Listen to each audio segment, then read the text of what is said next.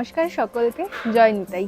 আজকে চলে এসেছি আমাদের খড়দার অতি প্রাচীন একটা মন্দির এবং বহুল পরিচিত। আমি জানি সবাই জানেন এই শ্রী শ্রী রাধা শ্যামসুন্দর মন্দিরের নাম। প্রায় 500 বছরেরও বেশি পুরনো এই মন্দির এবং এখানকার সাথে জড়িয়ে আছে কিন্তু বিরাট বড় ইতিহাস। আজকের ভিডিওতে তুলে ধরবো এই মন্দিরের সমস্ত মাহাত্ম্য এবং এখানকার সবচেয়ে বিশেষ দ্রষ্টব্য যেটা এখানে পাওয়া যায় 14 পদের ভোগ প্রসাদ। সব কিছু থাকবে আজকের ভিডিওতে, তাই ভিডিওটা শেষ পর্যন্ত দেখবেন। ভালো লাগে লাইক শেয়ার কমেন্ট করে দেবেন। চলুন ভেতরে যাওয়া যাক। খড়দহের শ্যামসুন্দর মন্দির 500 বছরেরও বেশি পুরনো। 1522 খ্রিস্টাব্দে মহাপ্রভুর নির্দেশেই নবদ্বীপ ছেড়ে খড়দহে চলে এসেছিলেন নিত্যানন্দ মহাপ্রভু।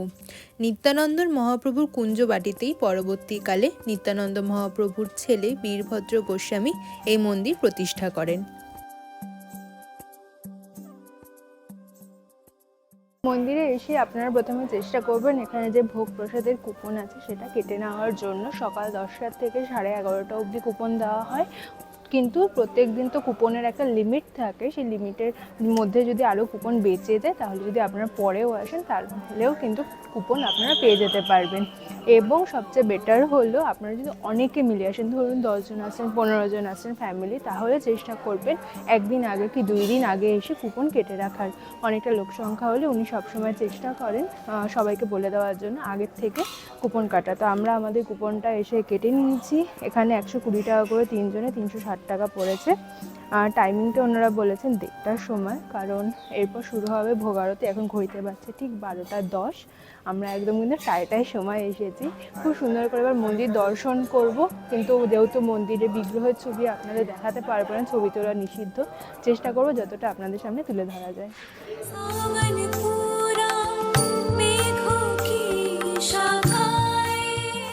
কুপন বুকিংয়ের ব্যাপারটা তো আপনাদের বললামই। এবার আমি অফিসে কথা বলে জানতে পারলাম আপনারা যদি অনেকেই মিলে আসেন, ধরুন পরিবার নিয়ে আসেন 10 জন 15 জন মিলে, সেক্ষেত্রে কিন্তু আপনারা যেদিন আসবেন সেদিনের বুকিং পাওয়াটা একটু চাপের ব্যাপার। ওনারা সাজেস্ট করলেন যে মিনিমাম 4 দিন আগে এসে বুকিং করে যেতে, তাহলে কিন্তু সবাই খুব সুন্দরভাবে ভোগ প্রসাদের টিকিট পেয়ে যাবেন। আর আপনারা যদি শনিবার রবিবার বা যে কোনো যে ছুটির দিনগুলো হয়, যেদিন একটু ভিড় হয়, সেই দিন যদি আসতে চান তাহলে মিনিমাম 10 দিন আগে আপনারা কাউন্টারে এসে সন্ধ্যে 6:30 থেকে 8:30টার মধ্যে কুপন কেটে নিয়ে যেতে পারেন। সেক্ষেত্রে আপনারা কিন্তু একদম সঠিক সময় ভোগের কুপনটা পেয়ে যাবেন। এটা ওনাদের সাজেশন। আমিও বলবো যদি আপনারা অনেকে মিলে আসেন অবশ্যই কিন্তু চেষ্টা করবেন অফিসে এসে আগের থেকে কুপন কাটা। এখানে কিন্তু কোনো অফিসিয়াল নাম্বার নেই, আপনারা কিন্তু ফোন করে বুকিং করতে পারবেন না। একমাত্র এই অফিস কাউন্টার থেকেই কিন্তু ভোগের কুপনের বুকিং নেওয়া হয়।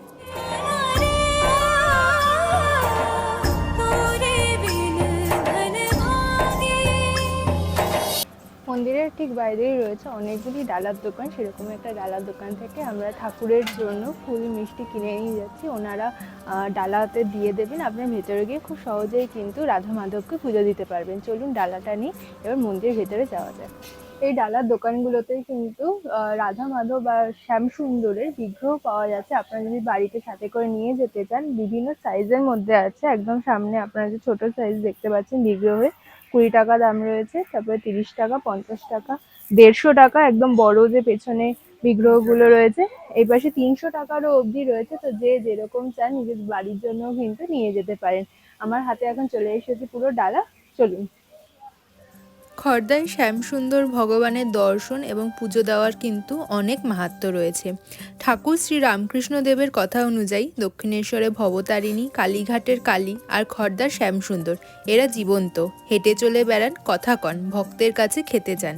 সুতরাং আপনারা যখন এই মন্দিরে আসবেন পুজো দিতে কিন্তু একদম ভুলবেন না। পুজো দিয়ে আসলাম, ওখানে ভেতরে আপনারা ডালা নিয়ে যাবেন, পুরোহিতজি থাকবেন, নাম গোত্র দিয়ে খুব সুন্দর করে আপনাদের পুজো দিয়ে আবার ডালা ফেরত দিয়ে দেবে।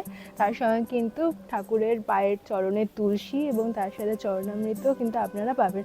ধরুন মন্দিরে একবার প্রদক্ষিণা করে নিই, মন্দিরে এসে তো প্রদক্ষিণা করা ভীষণই আমি মনে করি ইম্পর্টেন্ট, তাই একবার প্রদক্ষিণা করে নিই। মন্দিরে প্রদক্ষিণা করতে করতে দেখলাম সেই 500 বছর আগের মন্দির, সেই সময়কার কিন্তু পুরো ধাঁচে তৈরি। পুরো দেওয়াল জুড়ে কিন্তু ভগবান শ্রীকৃষ্ণের ছোটোবেলার সমস্ত লীলাগুলো এখানে তুলে ধরা হয়েছে, যার জন্য দেখতে কিন্তু ভীষণ ভালো লাগছে। ওপরে মন্দির রয়েছে 4টে চালা, সেটা হয়তো এখন আপনার ভিডিওতে বুঝতে পারবেন না, আমি মন্দির কয়েকটা ছবি অ্যাটাচ করে দেবো, তাহলে আপনারা বুঝতে পারবেন। ভীষণ প্রাচীন কিন্তু মন্দির। ধীরে ধীরে পুরো ইতিহাসটা আপনাদের বলবো, চলুন।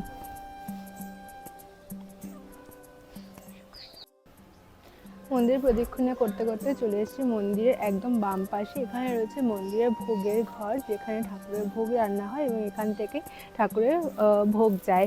প্রায় এখন ঘড়িতে বাজছে 12:30 মতো, একটু পরে শুরু হবে ভোগ আরতি, সেটাও চেষ্টা করবো আপনাদের সামনে তুলে ধরার।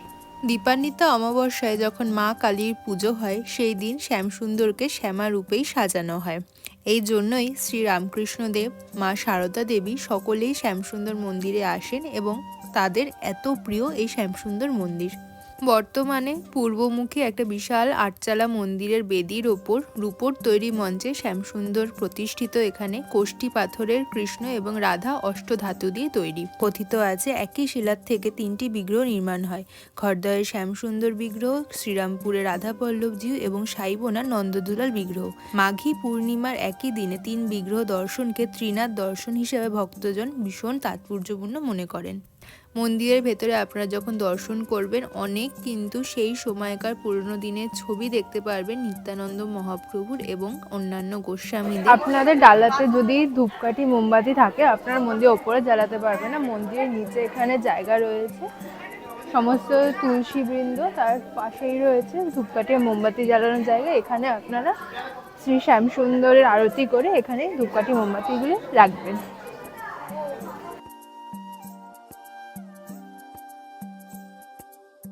মন্দিরের ঠিক উল্টো দিকে আছে খুব সুন্দর একটি নাট মন্দির, দেখে বুঝতেই পারছেন সেই আদলে সেই সময়কারই কিন্তু তৈরি করা। পিছনে ওপরে সেই ঝর্কাগুলো এবং তার সাথে কিন্তু সেই সময় অনেক এখানে পটচিত্র লাগানো রয়েছে। তো যারা ভক্তরা এখানে আসেন আরতির সময় বা এমনি সময়ও শ্যামসুন্দরের দর্শন করার পর এখানেই সবাই বিশ্রাম করেন। দেখতেই পাচ্ছেন এখন প্রায় কিন্তু প্রচুর লোকজনই আছে। ঘড়িতে বাজছে ঠিক 12:40, এখন একটু পরে শুরু হবে ভোগারতি। তো এখন মোটামুটি এই মন্দির আশেপাশে যে কটা মন্দির আছে সেগুলো চেষ্টা করব আপনাদের সামনে তুলে ধরার জন্য।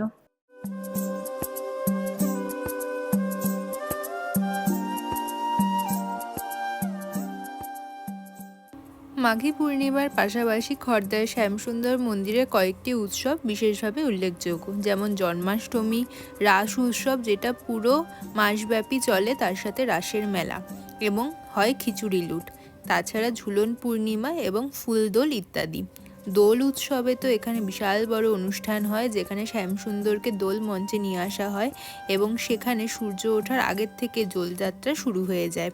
এই দোলযাত্রার মূল আকর্ষণ হলো ফুল এবং আবির দিয়েই কিন্তু এখানে দোল খেলা হয়, কোনো রকম তরল রং এখানে ব্যবহার করা হয় না। বিকেল 3টে নাগাদ রাধা এবং শ্যামসুন্দর ফিরে আসেন শোভাযাত্রার থেকে এবং তারপরে শ্যামসুন্দরের জন্য তৈরি হয় পাকাল ভোগ। টক দই এবং আম দিয়ে সেই ভোগ দেওয়া হয়। মন্দিরের বাইরে এখন চলে এসেছি। মন্দিরে একদম গায়ে লাগোয়ায় রয়েছে একলা নিতাইয়ের ঘর, চলুন এখানেও একবার দর্শন করে আসি।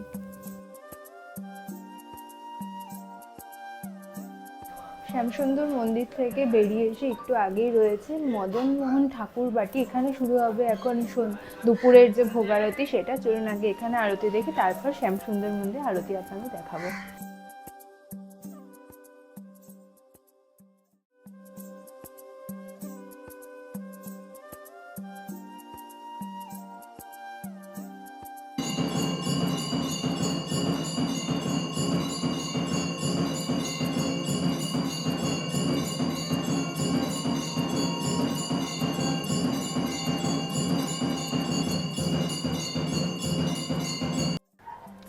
কুঞ্জবাটির ঠিক উল্টো দিকে রয়েছে মেজো বাটি এবং এখানে আপনারাও দেখতে পাবেন শ্রী গোপীনাথ জিউয়ের মন্দির। একটু পরে শুরু হবে এখানেও দুপুরের ভোগারতি, সেই ভোগারতি আপনাদের সাথে ভাগ করে নেব।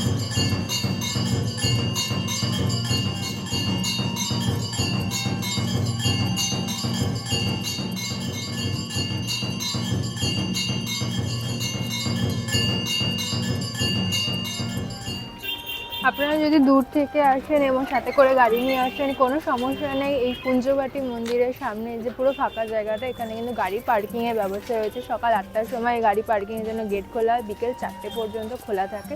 কোনো সমস্যা নেই, আপনারা যদি দূর থেকে আসেন অবশ্যই গাড়ি নিয়ে আসতে পারেন, এখানেই পার্কিং করতে পারবেন।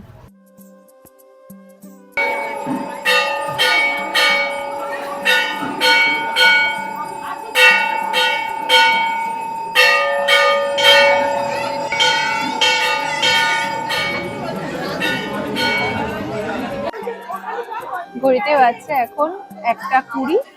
ভোগ আরতি শেষ হলো শ্রী শ্যামসুন্দর জিউ মন্দিরে। এবার আমরা হেঁটে হেঁটে যাবো কুঞ্জবাটিতে। আপনাদের কোথায় ভোগ প্রসাদ দেওয়া হবে সেটা কিন্তু আপনারা যে বুকিং করবেন সেই টিকিটের ওপরই লেখা থাকবে, আমাদের কুঞ্জবাটিতে রয়েছে। তো চলুন, ভোগ আরতি এখন দেখার পর আমরা কুঞ্জবাটির দিকে এগিয়ে যাই।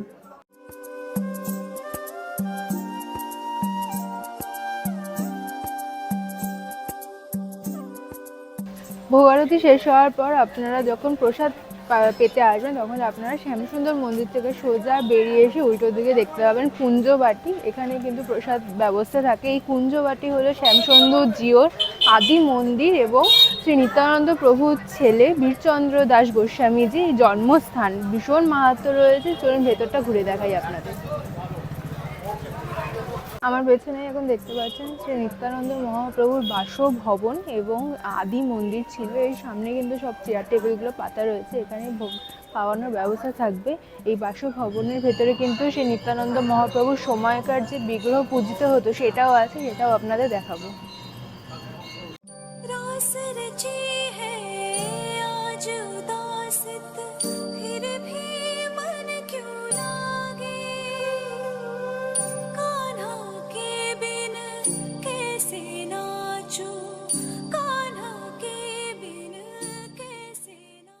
কুঞ্জবাটিতে দর্শন করার পর আমরা চলে আসলাম সেখানের পেছনে যে খাবারের ব্যবস্থা করা হয়েছিল সেখানে। প্রথমে দিয়ে দেওয়া হলো খিচুড়ি, তার সাথে লাবড়ার তরকারি, অন্ন, শুক্তোর পর এলো শ্যামসুন্দর মন্দিরে খুবই বিখ্যাত একটি পদ মুগের ঘন্ট, এরপর মুগ ডাল, আলু পোস্ত এবং এরপরে আরও একটি বিখ্যাত, সেটি হলো পোলাওয়ের সাথে ছিল ধোকা এবং ছানার কোফতা।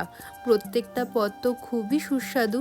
ভোগ নিয়ে তো আলাদা করে কিছু বলার নেই, ভগবানের প্রসাদ সবসময় ভালো হয় এবং শ্যামসুন্দরের মন্দিরের এই 14 ভোগের প্রসাদ কিন্তু খুবই প্রসিদ্ধ। সবার শেষে পাতে রইল চাটনি, তার সাথে পায়েস, মালপোয়া এবং একটা করে মিষ্টি। আপনারা যখন আসবেন অবশ্যই কিন্তু এই ভোগ প্রসাদ গ্রহণ করুন। খড়দার শ্যামসুন্দর মন্দিরের যে বিখ্যাত 14 পদের ভোগ প্রসাদ পুরোটাই তো আপনাদের সামনে শেয়ার করলাম। আশা করি আপনাদের ভালো লাগলো।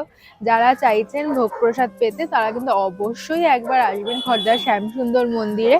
টিকিট কুপন আপনারা অফিস থেকে কেটে নেবেন, সমস্ত নিয়ম তো আগেই বলে দিয়েছি। আর এই মন্দির খোলা থাকে সকাল 7টা থেকে দুপুর 12টা 12:30 পর্যন্ত আপনারা পুজো দিতে পারবেন। আবার কিন্তু বিকেলে 5:30 থেকে খোলে এবং 7:30 অবধি খোলা থাকে। সন্ধ্যায় আবার হয় সন্ধ্যা আরতি এবং তারপরে ভগবানকে শয়নে পাঠিয়ে দেওয়া হয়।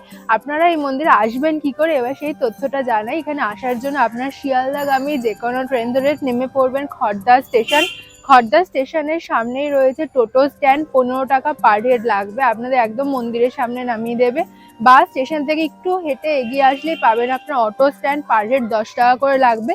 তবে অটোতে সব লোক ভর্তি হবে, তারপরেই অটো ছাড়বে। অটো কিন্তু আপনাদের মন্দিরের সামনেই নামিয়ে দেবে খুব সহজে। স্টেশন থেকে ওই 10 মিনিট মতো সময় লাগবে কিন্তু আপনাদের আসতে। সামনেই আছে মাঘী পূর্ণিমা। মাঘী পূর্ণিমাতে কিন্তু এখানে বিশাল উৎসব হয়, সেই সময় অবশ্যই কিন্তু আসতে পারেন খড়দার শ্যামসুন্দর মন্দিরে।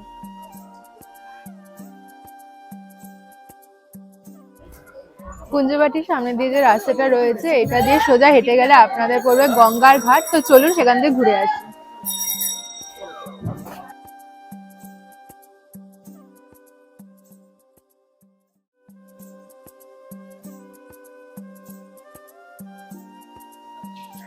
গঙ্গার ঘাটের দিকে আস্তে আস্তে নজর পড়লে এখানে রয়েছে একটি অতি প্রাচীন অন্নপূর্ণা মাতার মন্দির। সামনে কিন্তু যেমন সিংহদ্বার হয়, সিংহদ্বার রয়েছে, লেখা রয়েছে স্থাপনা 1298। মানে এখন থেকে প্রায় 200 বছরের পুরনো মন্দির। চলুন ভেতরে যাওয়া যাক। ধীরে ধীরে আর ঢুকে পড়েছি মন্দিরের ভেতরে। এক পাশে রয়েছে পুকুর, এই পাশে বেশ ছোট্ট বাগান মতো করা রয়েছে এবং মন্দির কিন্তু পুরো লাল রঙের দেখতে, বেশ অন্যরকম লাগছে দেখতে। চলুন ভেতরে যাওয়া যায়, দেখা যাক মন্দির খোলা আছে নাকি। মন্দিরটা কিন্তু বেশ বড়, অনেকগুলো আলাদা আলাদা পার্ট রয়েছে, আর যেহেতু এরকম বাগানের মতো করে জন্য দেখতে আরো বেশি সুন্দর লাগছে। এখন যেহেতু দুপুরের টাইম হয়ে গেছে, প্রায় 2:30 বাজছে, ওই জন্য মন্দিরের দরজা কিন্তু বন্ধ রয়েছে। বিকেল 5টার সময় মন্দির খুলবে আবার। তো এখন বাইরে দিয়ে যা দেখতে পাচ্ছি ভীষণ পুরনো কিন্তু স্ট্রাকচার, অনেক দিনের পুরনো দেখেই বোঝা যাচ্ছে। আর সবচেয়ে এটা ভালো লাগছে এই মন্দিরের চারিদিকে এত সুন্দর বাগান, চারিদিকে ফুল গাছ লাগানো রয়েছে, আর এখন যেহেতু শীতকাল সব ফুলগুলো ফুটে রয়েছে, যার জন্য দেখতে কিন্তু ভীষণ ভালো লাগছে।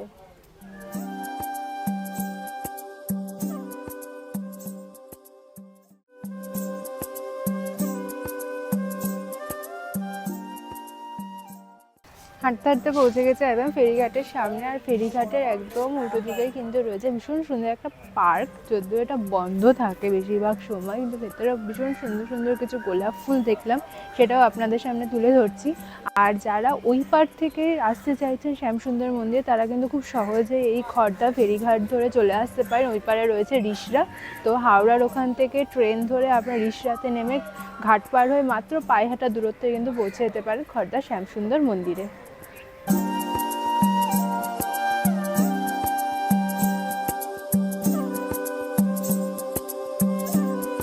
ঘাটে একবার ঘুরে সেই দিনের মতো আমাদের যাত্রা বিশ্রাম দিলাম।